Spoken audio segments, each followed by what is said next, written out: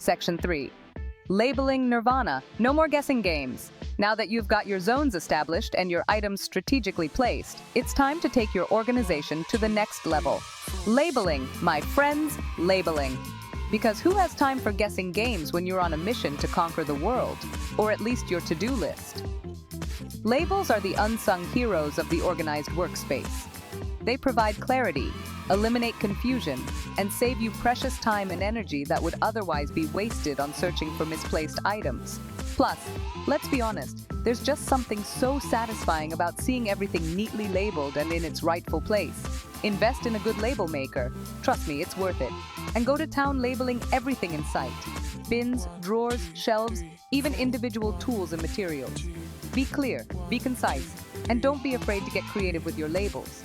A little humor goes a long way in making even the most mundane tasks more enjoyable.